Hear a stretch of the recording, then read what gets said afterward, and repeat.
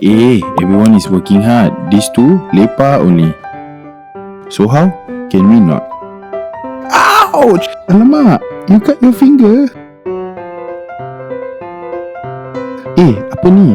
Paper cut so small, bandage so big. Hey, stop. First aid myth debunked. Tourniquet. Do not be alarmed, viewers. This is not real, okay? This is what a tourniquet is used for.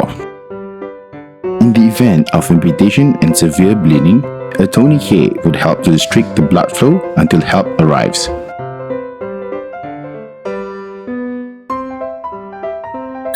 Have you ever had to administer first aid to someone? Let us know in the comments below.